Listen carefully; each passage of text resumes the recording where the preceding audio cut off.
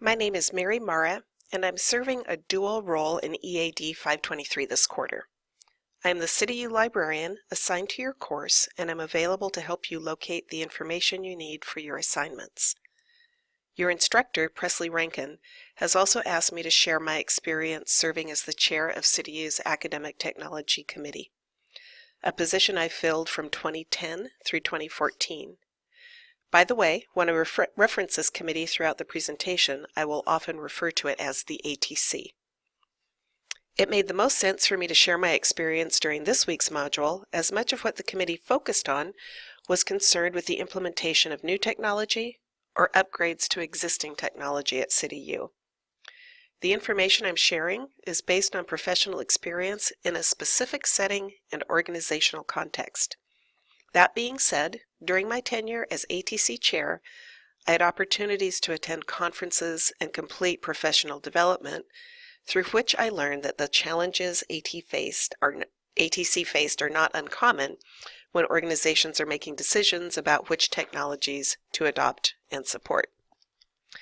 In this presentation, I will introduce the purpose of City U's Academic Technology Committee and will share some of the challenges we faced and lessons we learned. By sharing my experiences, you'll learn some of the best practices to consider when implementing educational technologies and learn how universal design may or may not impact technology adoption. At City U, the ATC serves an advisory role in recommending technologies for adoption at the organizational level. This includes technology for use in many or all courses offered by the university at locations worldwide, regardless of whether the courses are in-person, mixed mode, or fully online. The ATC also drafts policies and standards to support and ensure the use of technologies that are adopted. The work of the committee is explained in the charge for the committee, which is essentially a description of the long-term focus of work that the committee engages in. To get even more specific, each year the committee drafts charters that can be thought of as short-term or annual goals. This committee stewards the adoption and use of technology that City U invests in on behalf of its students and faculty. It does not, however, oversee the actual implementation of the recommended technologies or manage the day-to-day operations required for effective maintenance and use of educational technology by staff, faculty, or students. While they don't oversee the implementation or daily operations, the committee members are expected to prepare a plan for implementation and support that takes all stakeholders' needs into account. Examples of a few of the projects undertaken during my time as committee chair include the adoption of smartboards, e-portfolios, webinar platforms, student identity verification policies, and the update and migration of City U's email system. The process an instructor follows in deciding to explore a new technology within a classroom can be both similar and different from the process of deciding to adopt a new technology at an organizational level. Individual instructors can choose to ask students to try new tech tools as part of required learning activities and assignments. Implementation at this level is supported by the instructor in most cases, and they're able to make adjustments as needed to ensure that the student experience is a positive one. Adoption at the organizational level is more complex when the technology is expected to be used across multiple courses, delivery modes, and locations. Before I share some of the challenges faced and lessons learned about implementing educational technology as chair of the ATC, I invite you to pause this presentation and take a moment to reflect on these questions. To begin, first think of an educational technology that you are interested in using to enhance your own learning. Next, think about the adoption of this technology not just for your own learning, but as a tool that might be used in every course at City U. With this in mind, consider the questions posed on this slide. What is the greatest challenge anticipated with the adoption of this educational technology? Who in the organization will be impacted by the adoption of this educational technology? What rate of adoption can be expected in the first year for the adoption to be considered successful? in the second year, beyond the second year. Jot down notes for yourself as you think of your initial answers to these questions, then return to them when the presentation is over or later in this course, and see if your initial responses were on target or if they've changed.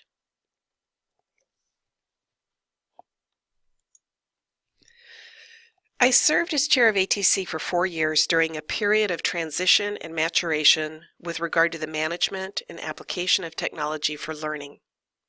Massively open online courses, also known as MOOCs, were all the rage, and it seemed that a new technology for education was introduced every month with promises that it would transform learning.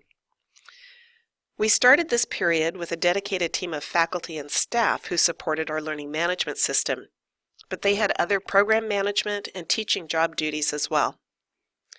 As the technology advanced, updates to the learning management system came more frequently and took more time to support. The work required to stay current and train faculty on existing technology, in addition to adding new technology to meet emerging needs, called for a reorganization that included hiring an e-learning director who could dedicate 100% of their time to overseeing the university's systems. This period also included significant changes to technology in CityU classrooms under ATC guidance. I had participated on the committee as a member for 2 years prior to becoming chair and had familiarity with the concerns and needs of the university and its schools. My primary role at CityU was and is as director of the Library and Learning Resource Center.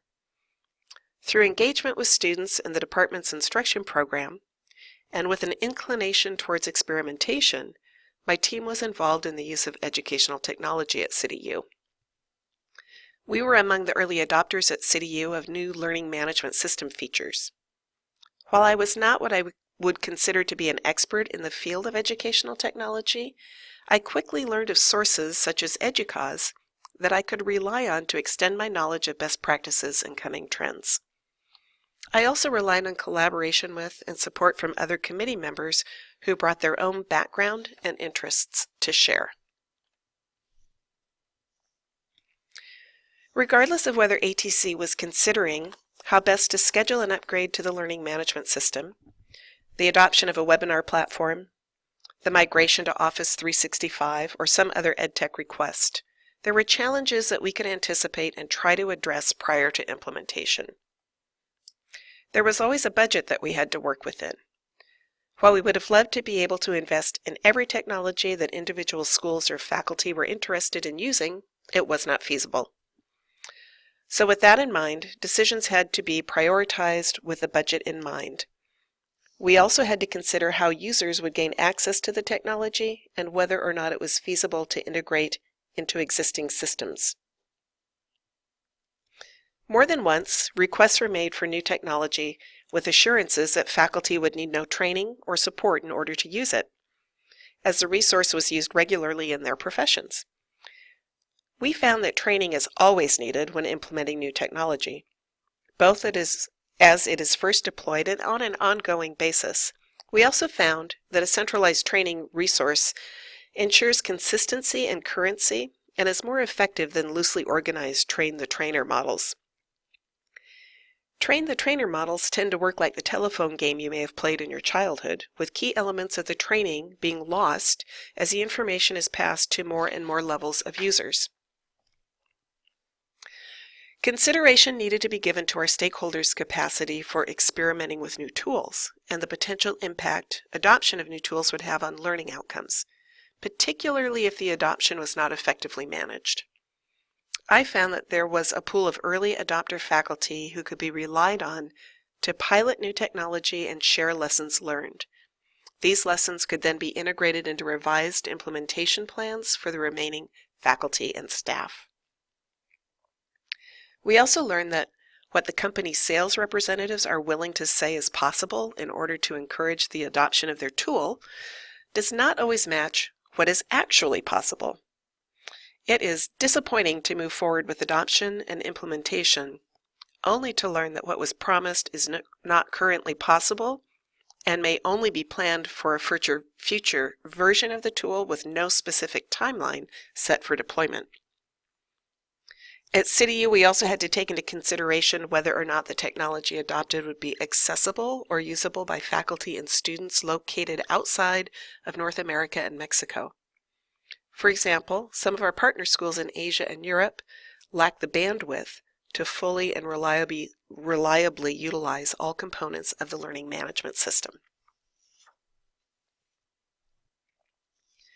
Consideration of universal design is a challenge in and of itself when implementing educational technology, and was a challenge that ATC was just beginning to address near the end of my time on the committee.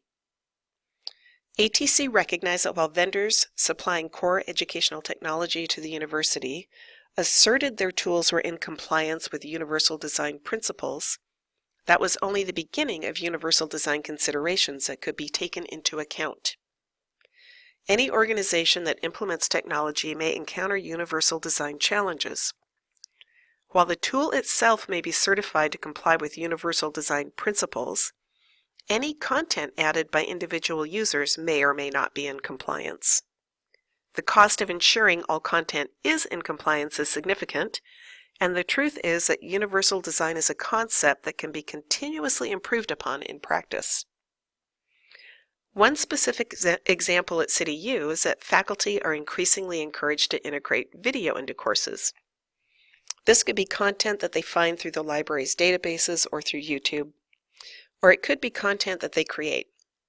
When this content is added to a course, to what extent are faculty or the university responsible for ensuring that there is an accurate transcript that accompanies the video? Is the automated transcript that often contains errors sufficient?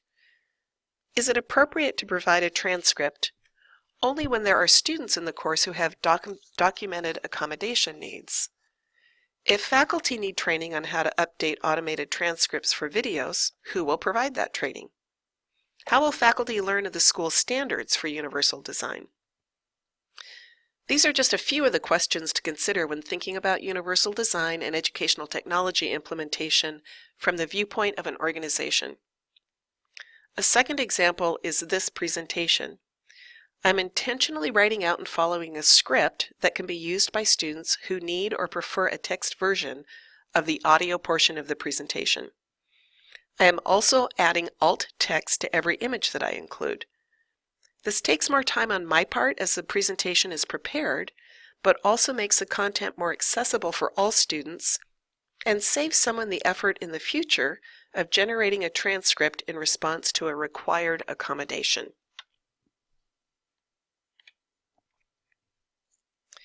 There are a number of educational technology trends that I noticed while serving on ATC and in my ongoing work with faculty and students.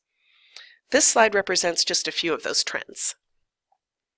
Students arrive at CityU with varying levels of experience and comfort using the technology associated with online learning. Some students need coaching in how to recognize an embedded text link that indicates a course reading is available online. Others need support resources to create and post an online presentation. Students who are adept at using technology that is part of their day-to-day work or family life may need help navigating their first online course. Just because technology is increasingly present in our private lives, that does not mean that our users will be familiar with and know how to navigate the technology needed for learning. ATC also found that the adoption of educational technology varies by school, by discipline, and by individual faculty. The profession graduates will seek jobs in can influence the type of technology that is adopted as part of their education. While it may be tempting to jump on the latest trends and adopt the newest tools on the market, from the organization's perspective, this is challenging. As ATC listened to the needs and requests from individual schools and faculty, the committee needed to think about whether or not the tool added functionality that was not already present within adopted technologies. Typically, requests were made for specific tools that were being promoted in the media or EdTech resources, rather than requests for a solution that would meet a specific teaching or learning need. For any new request, ATC needed to consider how certain it was that the new technology would be available for the mid to long term. and how it added value to the educational process. When a new technology was available only outside of the core learning management system, the committee also considered if it added sufficient value to overcome the challenge of trying to integrate it into the LMS, or the challenge of making students and faculty learn and use yet one more system. ATC also saw technologies evolve or disappear completely after a brief spurt of popularity. One example of an evolving technology is the webinar platform CityU uses. ATC first adopted this as Illuminate, which was considered an affordable option with excellent features and was widely used in education. Shortly after adoption, Illuminate was purchased by Blackboard and became Blackboard Collaborate. Initially, Collaborate was only available outside the learning management system. The licensing model required a lot of administrative time and overhead, and the tool proved too complex for the majority of faculty and students. Fast forward to the past year, and Blackboard has updated to what is now called Collaborate Ultra. Some features were initially lost, but the tool is now easier for CityU faculty to use. So, what are some of the key lessons that I learned during my time as ATC chair when it comes to implementing educational technology and considering the principles of universal design? It is valuable to have accurate data that expresses the need for a technology under consideration for adoption, as well as data that can be used to evaluate how successful the implementation of a new technology has been. I've also learned that the stakeholders impacted by technology adoptions extend far beyond the students and faculty in the classroom.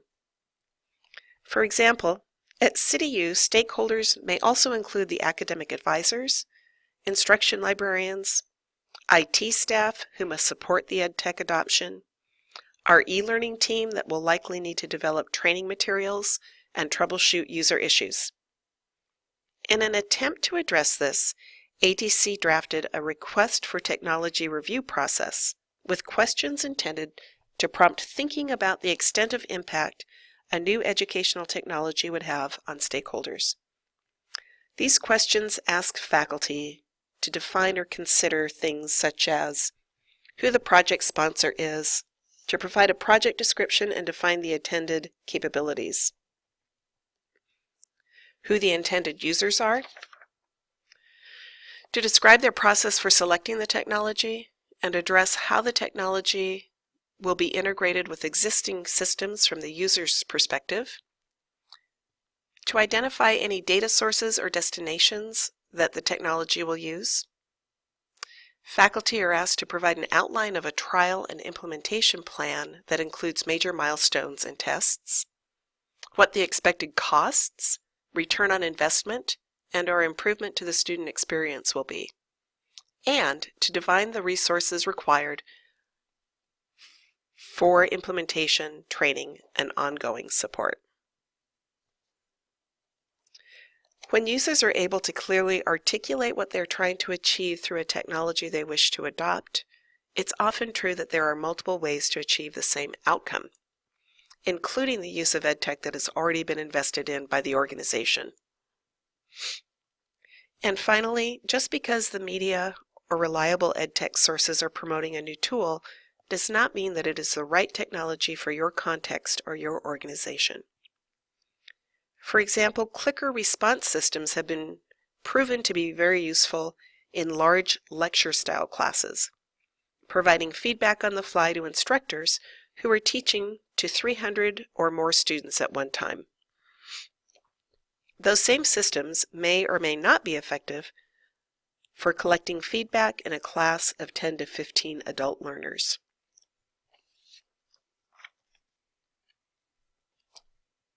I hope that the experiences and challenges I've shared help you think more deeply about the implementation of educational technology and the role of universal design. If you have any questions after listening to or reading this presentation, feel free to contact me directly. You'll find my contact information in your course shell under Faculty Information. Thank you.